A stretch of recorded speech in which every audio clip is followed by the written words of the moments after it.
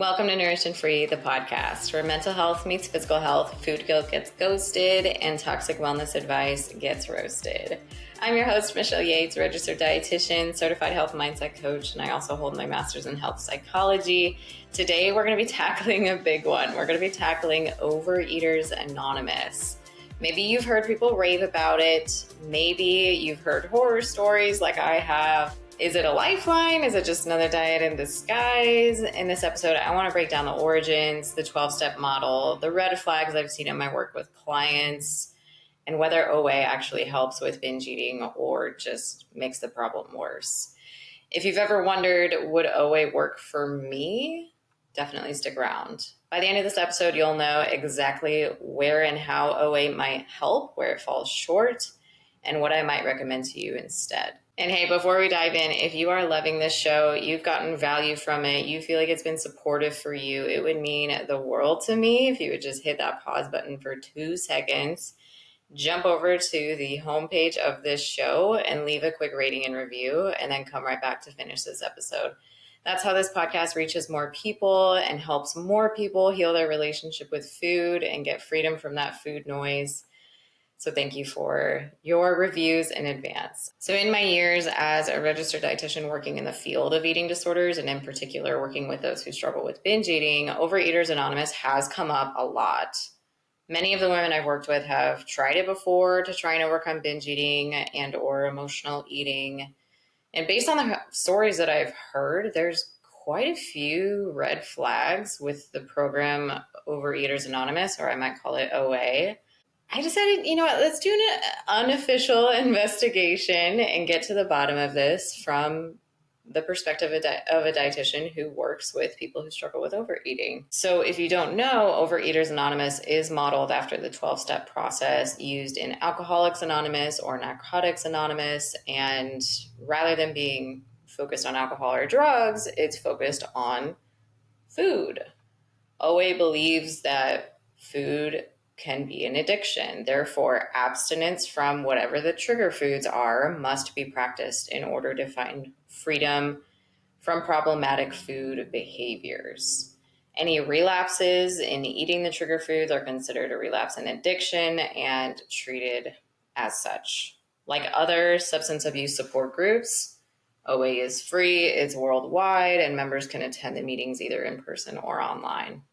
So Overeaters Anonymous was founded in 1960 by Roseanne S. in Los Angeles, California. It was inspired by the structure of Alcoholics Anonymous. Roseanne wanted to apply the same model of abstinence for alcohol onto issues with compulsive overeating. Of note, this was far before binge eating or binge eating disorder was an established eating disorder. The unfortunate reality is that this is not a fair comparison to make. You can't compare food to alcohol. No one needs alcohol or narcotics to survive, but we all need food to live. It's a basic human biological necessity. Even pure table sugar can be used by the body for energy, right? Like if that's your only option, technically it'll do. It'll work. In other words, your body can put it to good use. Alcohol, on the other hand, is toxic at any dose. Your body's never going to put it to good use. It's just a toxin. And obviously we have our reasons for consuming it regardless of that, but it's not necessary for any biological reason. Of course, this is where people love to say, well, but sugar is addictive and it lights up the same parts of the brain as cocaine. Well, to this I say, yeah, but we feel good when we eat good food. That's not surprising. We also feel good when we hug a loved one, or listen to music that was played during our high school prom, or a kitten settles onto our lap and starts purring uncontrollably. It starts making biscuits. I don't know about you, but that lights up my brain like nothing else. It's dopamine. This isn't news, nor is it automatically an issue. It's the magnitude of a dopaminergic response that we need to be paying attention to. What is the magnitude of dopamine that's being released here, as well as any withdrawals, whether that's physical or psychological? when it comes to food, there's just no one substance that we've identified yet that's been found to replicate the same magnitude of euphoria or buzz or high that somebody gets off of a drug or from excessive alcohol use. More than likely, it's the highly palatable flavors that our food environment has created, which we feel drawn to during times of stress, restricted eating, hunger, and other emotional distress. So this is a learned behavior to turn to those highly delicious and incredibly tasty foods, which can feel like an addiction for sure. We're not going to minimize that or pretend like that's not true. Ask anybody who struggles with binge eating, and they'll tell you that it feels like an addiction. But it shouldn't be considered addictive like alcohol. I also find that this is extremely disempowering for people. The clients who I work with that are in this headspace of I'm addicted to sugar or I'm addicted to food, they have a way harder time recovering from binge eating than those who don't use that type of language, because once we assign the word addiction to it, it makes it feel like it's out of our control and it's something that we're just bound to struggle with the rest of our lives, which isn't true when it comes to food. Again, we don't have any evidence, or at least not enough compelling evidence, to make that solid connection and say, yes, X ingredient causes addiction.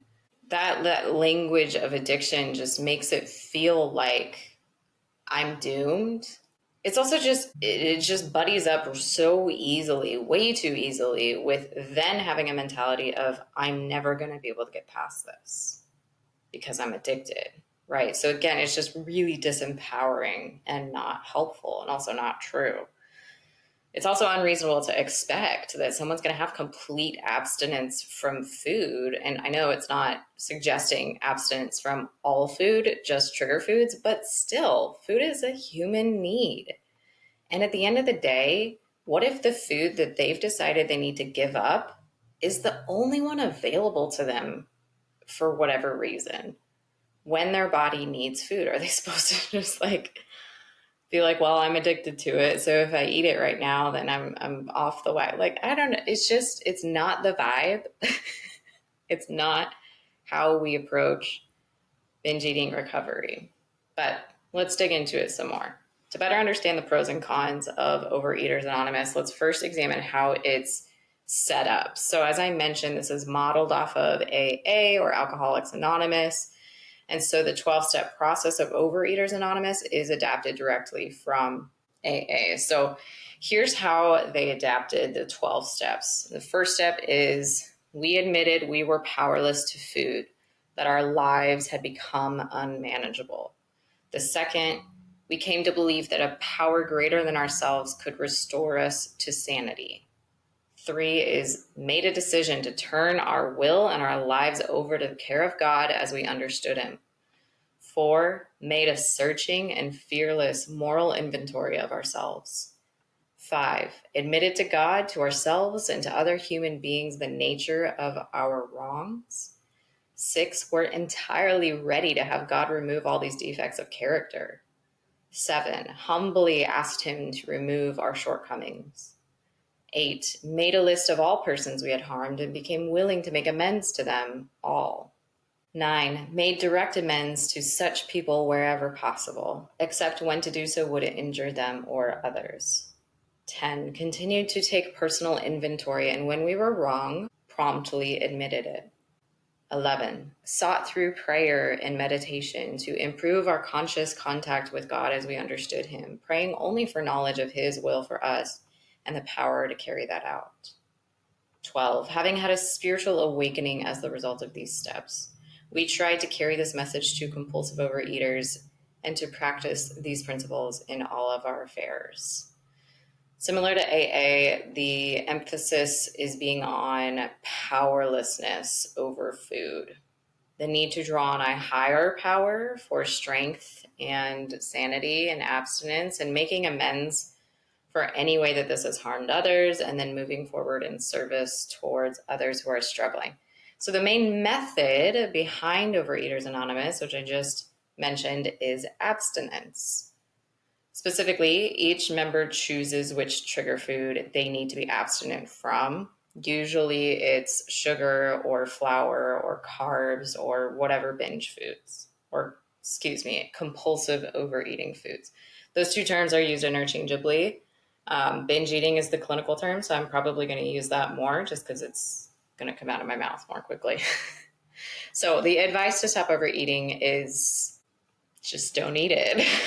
I mean, feel an extreme compulsion towards the food? Too bad. White knuckle it, man. Do whatever you got to do to stop. If you need help with not eating the thing you said you wouldn't eat, tap into the higher power for help.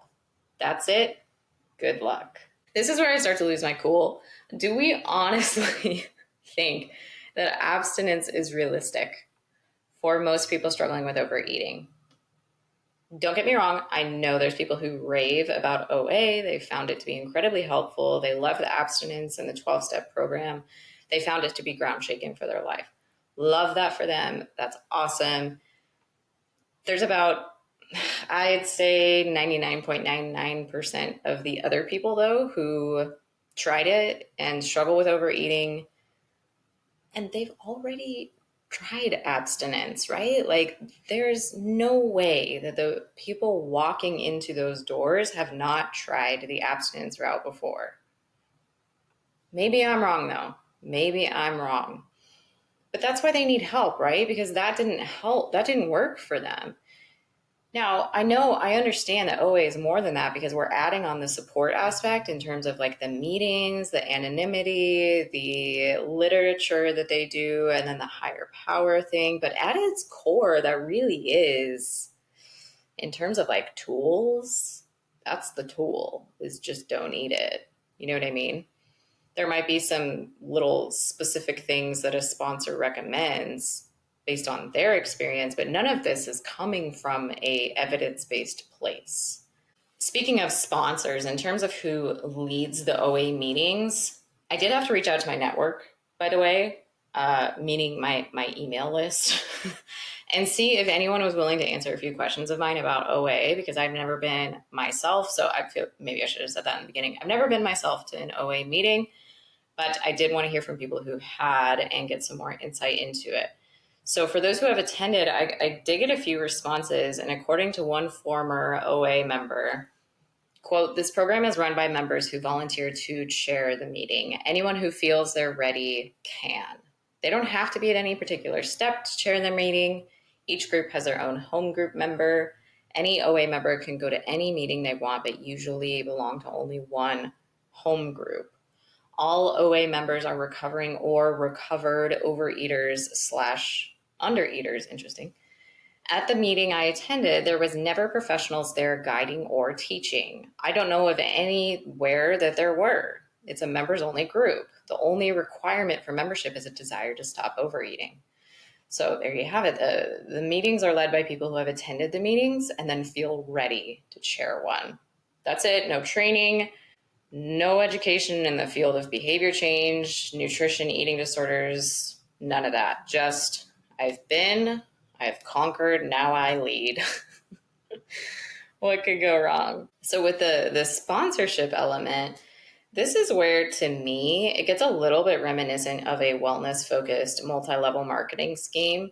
It's just that there's no money changing hands, right? There's no sense of like, you're also going to pay me in order to even be a part of this in the process. I'm making money and I make more money if you're under me, blah, blah, blah. There's no money changing hands, right? But similar to MLMs, there are previous members who will step into the role of mentorship or sponsorship. According to a different previous OA member, sponsors were trained by their sponsors. Sponsors who had space for new sponsees identified themselves during meetings, and people who needed a sponsor were encouraged to speak with one of the available sponsors to see if it was a good fit. The role of the sponsor is to guide the mentee through the 12 steps and provide accountability. Where things could easily go awry here is if the sponsor doesn't have the proper understanding of how to support someone with, well, let's be honest, probably an eating disorder, right? Like, imagine someone with an undiagnosed eating disorder walking into an OA meeting and they end up getting paired with someone who's like we all have the same 24 hours in a day. No excuses. Like, that's going to be more damaging and belittling rather than uplifting and empathetic. So according to the few who responded to my request for more information, the previous OA members, engaging in a structured eating plan was left up to the individual with potential influence from their sponsor. So here's what one person had to say, quote, OA allowed members to define their own meal plan, usually with the help of the sponsor. There were some OA meetings and sponsors that did not believe in meal plans at all. They believed that working the 12 steps would naturally make your problems with food go away, end quote. As we all know, many people, they have different ideas in terms of what's the best or the healthiest way to eat. I mean, ask anybody in your workplace what they think is the healthiest diet, and you're going to get a huge variety of answers. Relying on your sponsor and what they think is best leaves one super vulnerable to that sponsor's extremely biased opinion, right? Another ex-member brought up that there was a gray sheet that gets passed around sometimes. She said it's really restrictive, but not a lot of people use it. She said mainly it's all about like trying to abstain from the toxic behaviors. So whether it's purging, the behavior you're trying to abstain from is purging. Whether it's having too much sugar, then you're trying to abstain from sugar. There was no set bar for what it was. It was just up to the individual to decide whatever that abstinence meant for them. So then there's this concept of the higher power. Members rely heavily on a higher power for overcoming their quote unquote addiction to food. Now, as a woman of faith myself, I have no qualms with being realistic about our limitations as humans and how we might need to look to a higher power for strength, right? However, the way this is being brought up is just all wrong.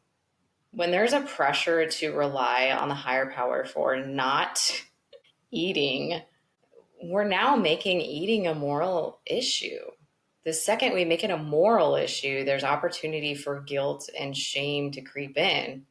Listen to what this previous OA member had to say. Quote, I did Overeaters Anonymous when I was in my early 20s. I think it kickstarted my food shame. To say I'm addicted to something I need gave all of my food a good and bad status. Then when I ate the bad food, I would feel guilty and shame. It also makes your eating habits a moral dilemma.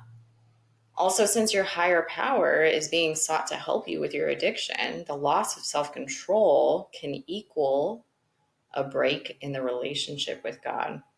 That's a huge issue that I take with this type of approach is your relationship with food and your relationship with God, they can be connected in a way that you're praying and asking for clarity and peace and wisdom and how to overcome something that's a struggle in your life, right? But that doesn't mean that you shouldn't get any more tools beyond that, or that your prayer is the only tool, right? Like, then that sets somebody up to feel like if they binged or if they ate the food they're supposed to be abstinent from, like the sugar at their kid's birthday party or something, oh, well, I just didn't pray hard enough then, or I feel so guilty because I let God down. Like we don't need to bring more guilt and more shame that's even deeper, because now we're making it about our relationship with God. Like, that's not helpful to the individual struggling with their relationship with food. Yes, absolutely bring God into it. Ask him for wisdom, ask him for peace, ask him for help. And it's okay to then continue on and find tools that the people who are created in God's image can provide for you with the wisdom that maybe he's imparted to them as well. And then they can help you. You know what I mean? Like it shouldn't be this like just me and God. And if I can't figure it out, that means I'm not relying on God enough. That just seems like a recipe for disaster. So what can Overeaters Anonymous help with then? I want to take a look at the different things that people often turn to OA for and see if maybe it truly could be helpful from my lens, obviously, as a registered dietitian. So would OA support weight loss? Let's talk about that. OA does not claim to be a program for weight loss. However, due to the nature of it, a lot of people do end up going into it with weight loss in mind. Whether someone will actually lose weight during their time at OA is going to have less to do with OA and more to do with any calorie deficit they naturally fall into as a result of addressing their overeating. So they would have to, first of all, be going into those meetings with a history of being in a calorie surplus from the overeating. Then they would need to find those meetings are helpful for reducing the overeating.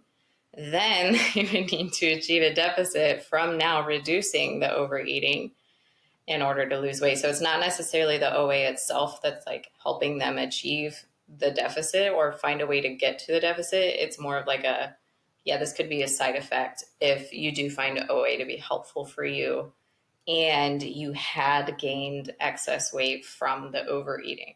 So let's talk about binge eating a little bit more. Would OA help with binge eating? Let's start with like the positives and the benefits, right? First of all, meetings are everywhere. You can do them online or in person, and they don't cost a dime. That's awesome, free and accessible. We love those words. For some, being in a room with people who get it is extremely validating as well. Just that community aspect, the accountability aspect. We see this as being extremely instrumental in our clients that we work with inside of Nourished and Free, the program, not the podcast, but the program. That group component is very freeing for them to know that they're not the only ones, especially with something that does have so much shame wrapped around it. It's very helpful. There's also an accelerated sense of growth because somebody might put words to something that you haven't known how to put words to before. And now all of a sudden, all these pieces are clicking because somebody else was able to describe what you're going through in ways you've never been able to, or they asked a question that you didn't realize you had, and now you're getting answers for it. So it really can accelerate the growth and be incredibly freeing. And then having steps, having sponsors in OA, the rituals, that can give some sense of order, which some people find really calming. But there's some really big downsides here. The abstinence from trigger foods is mirroring dieting and can actually intensify the food noise, especially when there's a moral element at play, like relying on a higher power to resist food. Here's the thing, avoidance or abstinence is a known trigger for binge eating. It is not a recommended form of treatment, considering it would make it worse rather than better. So this is really like my big issue with this program that I see and why I've heard so many horror stories and seen so many people come to us after OA is because the very thing making their binge eating happen in the first place is what's being encouraged or being encouraged to do more of it. I'm also just like the spiritual framing of it. I can see the heart behind that, and I can see how it is really helpful for some people. In terms of like the 12-step model, leaning hard on the idea of powerlessness and relying on the higher power and everything. But that could also be alienating or even shaming if that's not your worldview or if you're not on the same page as the people in your specific group. And as I stated before, it can create friction in one's relationship with God or their higher power of choice if the eating doesn't stop, right? Making them feel unworthy of that higher power's love and attention and protection. And then, of course, with OA, there's a lack of professional guidance here. There's no requirement for a professional to be in the room. Sponsors are not trained clinicians. Their advice can range from supportive to accidentally helpful to flat out harmful and damaging. And that's a big problem. That's honestly really irresponsible, in my opinion, to lead a group of individuals who are struggling with what can very easily be argued as an eating disorder if you don't have training in eating disorders and you don't have the proper credentials to treat that illness. And then the moralization of food is huge here too. When eating a cookie becomes a relapse, then the guilt and the shame follow close behind. Guilt and shame are hard emotions to experience. They're negative, right? And we don't want to feel that.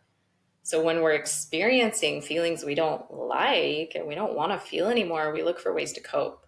If food is the number one coping mechanism that you have at that point, which it probably is if you're going to Overeaters Anonymous, this only makes the original problem worse instead of better.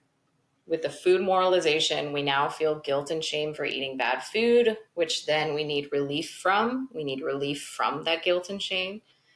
So then we turn to food to get relief. Now we've got guilt and shame for eating bad food, and the cycle just continues.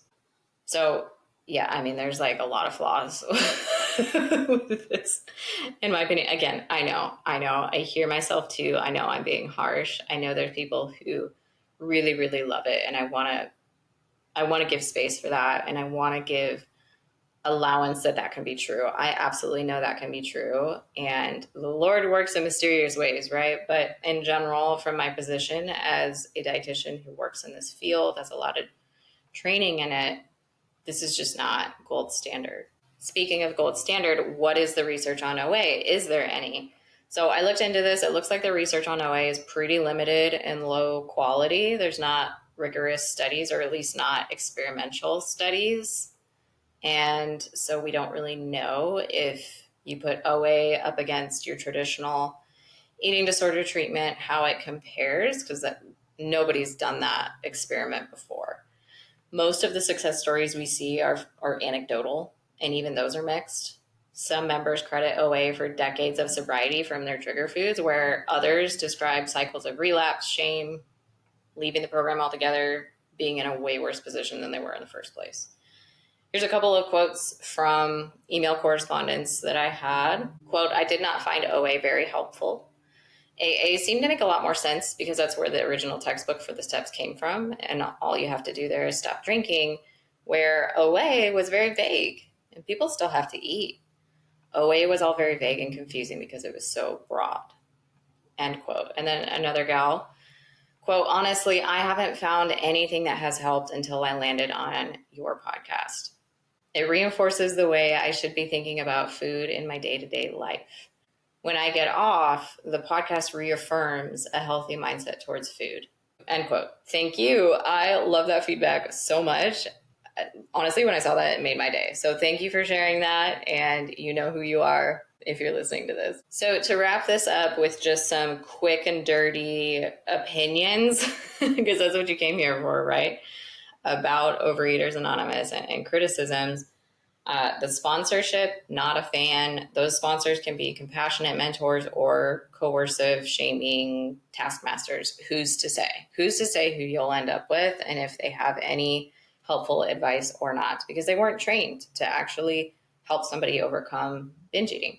The food restriction, the diet rules, the just abstinence, right? The whole plan really is just don't eat it. If dieting didn't work before for compulsive overeating, aka binge eating, and by dieting I mean just not eating it, why would it work now? Because we're introducing a sense of morality, the higher power? I honestly, no, I think that actually makes things worse. And if we're going to copy paste a substance abuse model onto food, that's ignoring the fact completely that food is necessary for survival. It's just a different bucket. It's a whole different ballgame. You might be able to ignore a specific food like cupcakes or a specific food group like grains for a long time, but you will be driven towards it because we are biologically wired at birth to be drawn to food. We have hunger-specific hormones. We don't have alcohol-specific hormones, right? We don't have narcotic-specific hormones. We don't have the things chemically in place in our body to seek food, to seek alcohol or narcotics like we do food. So it's just a different ballgame. We can't approach it the same way. As I mentioned, it's not supported by the research, no scientific backing for this. I did see in my look on PubMed, there was a review that suggested it should be considered as a treatment for binge eating disorder. But again, when you look at like the references of that review and where they're getting their opinion from, it's not quality or experimental research. So We don't really know if it's a long-term solution for binge eating. My sense is it's not. Another criticism of mine is we're really reinforcing eating disorder patterns by having restriction and shame and black and white thinking inflated throughout this process, which is just a fertile ground for worsening eating disorders. And then this labeling as well of being a compulsive overeater or addicted to food. I feel like that creates shame, not healing. That makes somebody feel powerless, as I've mentioned before, and I don't care for that. I want the people that we work with to feel empowered to change, not disempowered by the lack of their ability to change. And then the daily meetings, the call, I didn't really talk much about this, but there's, meetings, calls, journaling, the service that might potentially be really all consuming for whoever's doing it and too much of a commitment. I also just want to do like a quick blip too, that this is not going to be helpful for someone with a trauma history, which we know that there's a really big overlap of eating disorders and trauma. So this is just not going to hit. It's not going to hit. Okay, so if OA is not the best thing for binge eating or emotional eating recovery, and let's be real, for most people it's not, then what other options do exist? Thankfully, there's some approaches that are both empowering and evidence-based. And then I also want to bring up a couple of other options that you might hear in the same conversation as OA. And I want to do a quick little touch point on those. So the first thing I'll bring up is Eating Disorders Anonymous. This is very similar. It's a 12-step program, but instead of the abstinence, it emphasizes balance, variety, and moderation, rather than, like I said, the abstinence. Instead of labeling food as good or bad, EDA encourages members to explore emotional health and self-acceptance. And we love that here. It's far less food policey than OA, far less shamey. Usually, too, I'll see that EDA is connected to treatment centers or involves eating disorder professionals in some capacity. Not always, but usually, which is much, much better.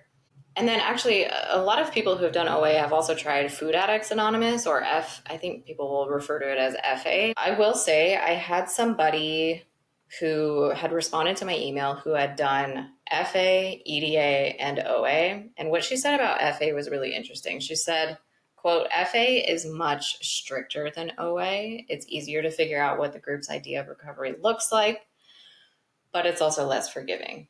People who struggle tend to give up and leave FA pretty quickly versus OA. And then here's where things are really scary. According to FA's definition of abstinence, weighed and measured meals with nothing in between, no flour, no sugar, and avoidance of any individual binge foods for at least 90 days. Yeah. Weight loss is also very much a part of the culture of FA.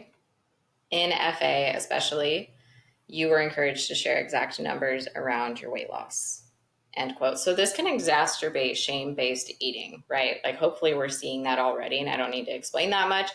It's also going to bring up hopelessness and really worsen the compulsions. But if you're like, no, I need you to explain this more, please feel free, by the way, to always leave me feedback. I really value clear communication, and I try my best to communicate well on these episodes, but if something is unclear and you want me to follow up on it in a future episode, feel free to go to the show notes and leave me some feedback. There's a link for anonymous feedback, and you can let me know whatever you want me to clarify, or if you have ideas for future episodes.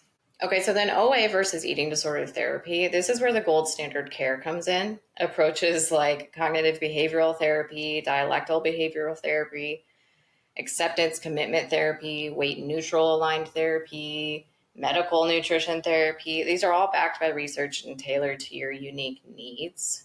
With professional treatment, you're not left relying on your sponsor's opinions and whatever their biased thoughts are about the best diet. You're guided by trained clinicians. And then OA versus intuitive eating, if we're to put those two things together, then we've got, on one end, we're declaring an all-out war on food in OA, whereas with intuitive eating, we're rebuilding trust with the body. It teaches you to reconnect with your hunger and fullness. It drops the obsession and the labels and the food rules and makes peace with all foods rather than trying to do the whole abstinence thing. And in our experience, that's what actually helps quiet the food noise in the long run, is when you are able to tolerate the food instead of trying to stiff arm the food. And then something like OA, I mean, that's just like, at the end of the day, a really one size fits all model. But if you were to do something like work with a binge eating dietitian, you're going to get a lot more personalized advice based on your story, your history, your health, your preferences, your goals. And unlike a sponsor, a dietitian is going to bring actual training and nutrition and behavior change. Well, at least if it's someone like me, like there's going to be a lot of psychology of behavior change and nutrition and all of that being worked into your work together that, again, is really specific to you and your story. So overall, I mean, Overeaters Anonymous, it might provide community and comfort for some, especially those who thrive in a highly structured spiritual environment. But from a dietitian's perspective, mine, OA has some serious flaws. It reinforces a restrictive mentality, which can fuel instead of resolve overeating. It casts a large net of moralizing around food, which once again can fuel binge eating and overeating instead of solve it. And we're risking worsening those cycles as a result of both of those things.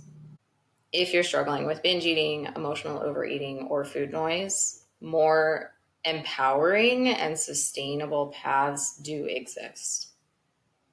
Doing evidence-based therapy, such as cognitive behavioral therapy, working with trained professionals, doing a weight neutral, intuitive eating / more mindful eating type of approaches, that's the route you're going to want to go down. And again, it's not a one size fits all. That's where that like clinician help is going to be really important. Food is not an enemy to abstain from. It's a need. It can also be a joy, and you can learn to trust yourself around it again. That's exactly why I created Nourished and Free, because you should be able to nourish yourself with the fuel that food provides and do it in a way that's free from the spiraling or from binge eating or the food guilt. Nourished and Free is a coaching program built to quiet food noise, stop the binge-restrict cycles, and rebuild trust with your body. It's led by myself, a registered dietitian, health mindset coach, master's in health psychology, lots of experience in eating disorders. And then we also have a body image therapist on staff as well, who has a ton of experience in eating disorder work. And we've also got a community of women who get it. So if you're looking for that support and accountability that OA would provide, you'll have that here as well. But you'll also have tools that are evidence-based, gold standard for the struggles that you're going through and that are specific to you and personalized to your situation. Instead of food rules and abstinence, we use a psychology-backed approach that actually lasts. Our clients see an average of a 92% decrease in binge eating, and those results last. When we check in on them months later, years later, they've still maintained their results. And that, I feel, is what really matters. We don't want to just help you while you're working with us. We also want to be sure that this is going to last in the long run for you and it's sustainable. Because the goal isn't just to not eat the cookie.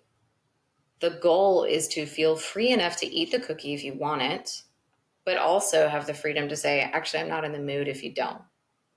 And if you decide you do want it, to have just the right amount and then move on without spiraling. No guilt, no shame, no regret. You can take a look at how our process works for free if you'd like. I recommend going to the show notes. I'll have a link to go take my free mini course. It's called the Binge Free Blueprint, and I'll walk you through how we do things inside of Nourished and Free in more detail. So bottom line, OA, Overeaters Anonymous, it may feel supportive for a few, but for many, it causes more harm than good. I hope you enjoyed this episode, and don't forget to leave a rating and review if you did, and we'll catch you on the next episode.